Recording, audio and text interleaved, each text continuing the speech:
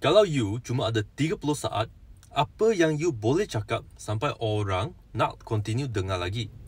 Elevator pitch ni datang dari Silicon Valley.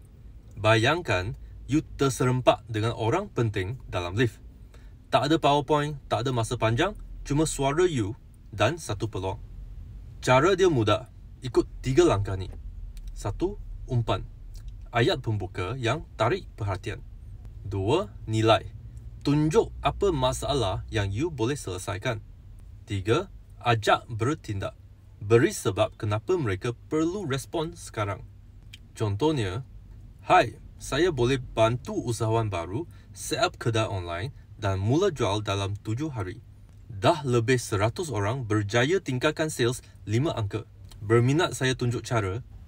Kenapa kita kena pandai pitch? Dunia ni tak kekurangan idea hebat, tapi ramai tak tahu macam mana nak buat orang dengar.